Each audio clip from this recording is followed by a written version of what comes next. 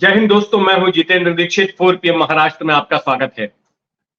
मेरे सिर पर जितने बाल हैं उतने अपनी जिंदगी में मैंने आंदोलन किए हैं। ये कहना है छगन भुजबल का। दरअसल छगन भुजबल निशाना साध रहे थे मनोज जरंगे पाटिल के ऊपर। मराठा आंदोलनकारी मनोज जरंगे पाटिल ने कुछ वक्त पहले कहा था छगन भुजबल पर हमला करते हुए कि छगन भुजबल अब बूढ़े हो गए हैं। जरंगे पाटिल इसलिए भुजबल पर निशाना साध रहे थे क्योंकि भुजबल ही सत्ता पक्ष से वे नेता हैं जो कि लगातार मराठा आंदोलन के खिलाफ बोल रहे हैं, मराठाओं को आरक्षण दिए जाने के खिलाफ बात कर रहे हैं और इसी वजह से वे मराठा आंदोलनकारियों के निशाने पर आ गए। लेकिन भुजबल ना केवल मराठा आंदोलनकारियों के निशाने पर हैं, बल्कि खुद अपनी सरकार के साथ, जिस सरकार में वे मंत्री हैं, नागरिक आपूर्ति मंत्री, जिस शिंदे सरकार में, उसके साथ भी एक तरह से भुजबल ने बागी सुर दिखाए हैं।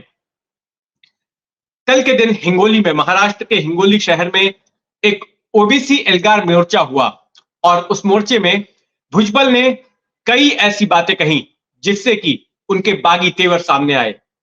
उन्होंने सीधे सीधे ये कहा कि जिस शिंदे कमेटी को बनाया गया है मराठाओं को आरक्षण देने के लिए, उस शिंदे कमेटी को बर्खास्त कीजिए।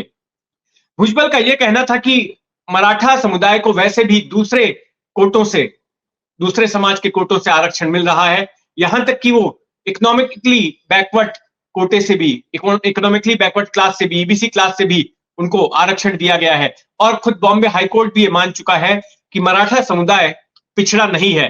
तो फिर ऐसे में इस प्रकार की कमेटी गठित करने की क्या जरूरत है और क्यों मराठाओं को आरक्षण दिया जाए? ये एक बहुत बड़ी बात कही उन्होंने, क्योंकि इससे पहले छगन भुजबल के अलावा किसी भी सत्ता पक्ष के नेता की, चाहे वो शिवसेना से हो, बीजेपी से हो या फिर अजीत पवार वाली एनसीपी से हो, किसी ने भी इस तरह से खुलकर मराठा आरक्षण के विरोध में बात करने की हिम्मत नहीं दिखाई थी। लेकिन छगन भुजबल ही हैं जो कि लगातार इस मामले में हमलावर हैं। इसके अलावा उन्होंने ये कहा कि महाराष्ट्र में जातिगत जनगणना कराई जानी चाहिए। उनका कहना था कि जब बिहार में कास्ट सर्वे हो सकता है तो फिर महाराष्ट्र में क्यों नहीं हो सकता। ये बात भी उनकी काफी, जो सहयोगी पार्टनर्स हैं सत्ता में, बीजेपी और अजीत पवार की एनसीपी, उनसे थोड़ी सी अलग नजर आती है। फिर उन्होंने ये कहा कि जो जिन कुणबी मराठाओं को जाति प्रमाण पत्र जारी किए गए हैं ओबीसी के तहत, उनको रद्द कर देना चाहिए और ये काम रुक जाना चाहिए।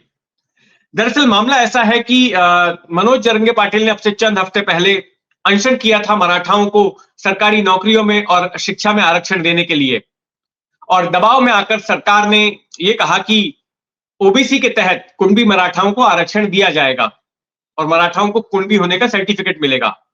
लेकिन इससे तमाम ओबीसी संगठन नाराज हो गए और उनका कहना था कि ये उनके कोटे में कटौती करने की एक साजिश है। चूंकि छगन भुजबल एक ओबीसी नेता हैं, उन पर भी काफी दबाव आया इस मुद्दे को उठाने का और वो सरकार में भी थे।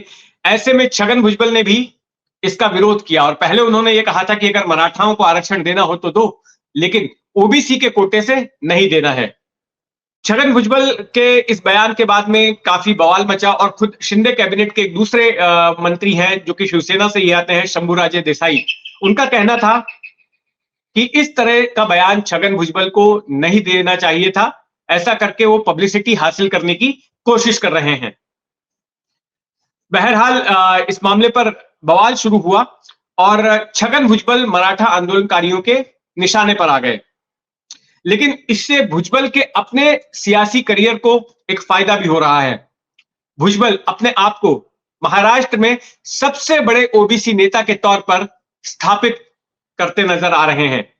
इससे पहले गोपीनाथ मुंडे एक बड़े चेहरा हुआ करते थे जो बीजेपी से थे महाराष्ट्र में ओबीसी समुदाय के, लेकिन साल 2014 में उनकी मृत्यु हो गई एक कार एक्सीडेंट में और उसके बाद से उनके कद का कोई बड़ा नेता मराठा समुदाय से महाराष्ट्र में नहीं था। उनकी बेटी पंकजा मुंडे का भी काफी जनाधार है ओबीसी कम्युनिटी में, लेकिन इस पूरे मामले में जो है जिस तरह से इसको कैपिटलाइज करने की कोशिश छगन भुजबल ने की, वैसा वो नहीं कर पाई। हालांकि उन्होंने भी कुछ बयान जरूर दिए कि मराठाओं को ओबीसी कोटे से आरक्षण नहीं दिया जाना चाहिए। उन्होंने भी अपना विरोध जताया था, लेकिन इतना खुलकर नहीं बोली जितना खुलकर छगन भुजबल बोल रहे हैं। तो ऐसे में यही लग रहा है कि छगन भुजबल जो है अब उस स्पेस को भरने की कोशिश कर रहे हैं जो गोपीनाथ मुंडे की मृत्यु के बाद में खाली हुई है, और अपने आप को राज्य में ओबीसी का सबसे बड़ा नेता साबित करना चाहते हैं। हालांकि उनका मराठा समुदाय की ओर से काफी विरोध भी हो रहा है, और जहां जहां पर वो सभा लेने के लिए जा रहे हैं तो वहां पर मराठा समुदाय के कार्यकर्ता, मराठा आंदोलनकारी जो है उनको घेर रहे हैं, उनको रुकाने की कोशिश कर रहे हैं। लेकिन ये सारा कुछ भुजबल के फायदे में होता नजर आ रहा है। भुजबल वो नेता है जो कि राज्य की राजनीति में बीते 4 से 5 दशकों से सक्रिय है। उन्होंने अपना सियासी करियर शिवसेना से शुरू किया था, फिर 1991 में उन्होंने शिवसेना से बगावत कर दी, शरद पवार के साथ कांग्रेस में आ गए थे, और 1999 में फिर उन्होंने कांग्रेस से भी बगावत कर दी। शरद पवार के साथ में जो एनसीपी पार्टी उन्होंने बनाई थी, वो एनसीपी में आ गए। फिर उसके बाद साल 2023 में उन्होंने एनसीपी से भी बगावत कर दी, और अजीत पवार ने जो अपना अलग गुट बनाया, तो उस गुट के साथ में छगन भुजबल आ गए। और अब फिर एक बार छगन भुजबल के बागी तेवर नजर आ रहे हैं। चर्चा तो यहां तक हो रही है कि छगन भुजबल एनसीपी को छोड़कर अपना अलग संगठन बना सकते हैं, या हो सकता है कि बीजेपी भी ज्वाइन कर ले, लेकिन इस बारे में अब तक आधिकारिक तौर पर उनकी ओर से कोई बयान नहीं दिया गया है। दूसरी ओर मनोज जरंगे पाटिल की ओर से यह आरोप लगाया गया कि छगन भुजबल जिस तरह का आक्रामक रुख अपना रहे हैं, जिस तरह के बयान दे रहे हैं, उससे दो जातियों के बीच में टकराव करवाने की कोशिश कर रहे हैं, दो जातियों को लड़ाने की कोशिश कर रहे हैं। जरंगे पाटिल की ओर से 24 दिसंबर की मियाद दी गई है महाराष्ट्र सरकार को कि वो एक अधिसूचना जारी करे ताकि मराठाओं को शिक्षा और सरकारी नौकरियों में रोजगार मिले। और अभी इस बात पर सस्पेंस बना हुआ है कि आखिर शिंदे सरकार ये काम कैसे कर पाती है। इसी बीच ओबीसी समुदाय ने भी अपनी आक्रामकता को मुखर किया है, अपने विरोध को मुखर किया है, और जगह जगह पर फैसला किया गया है कि महाराष्ट्र के अलग अलग इलाकों में अब ओबीसी समुदाय की यलगार रैलियां होंगी। तो एक रैली हो चुकी थी पहले जालना में, और उसके बाद दूसरी रैली कल के दिन हुई, जिसमें कि छगन भुजबल ने इस तरह के तीखे बयान, इस तरह के आक्रामक बयान दिए। तो महाराष्ट्र की राजनीति में जो भी हलचल होगी, हमारी उस पर नजर बनी रहेगी। आप भी अपनी नजर बनाए रखें 4 PM महाराष्ट्र पर।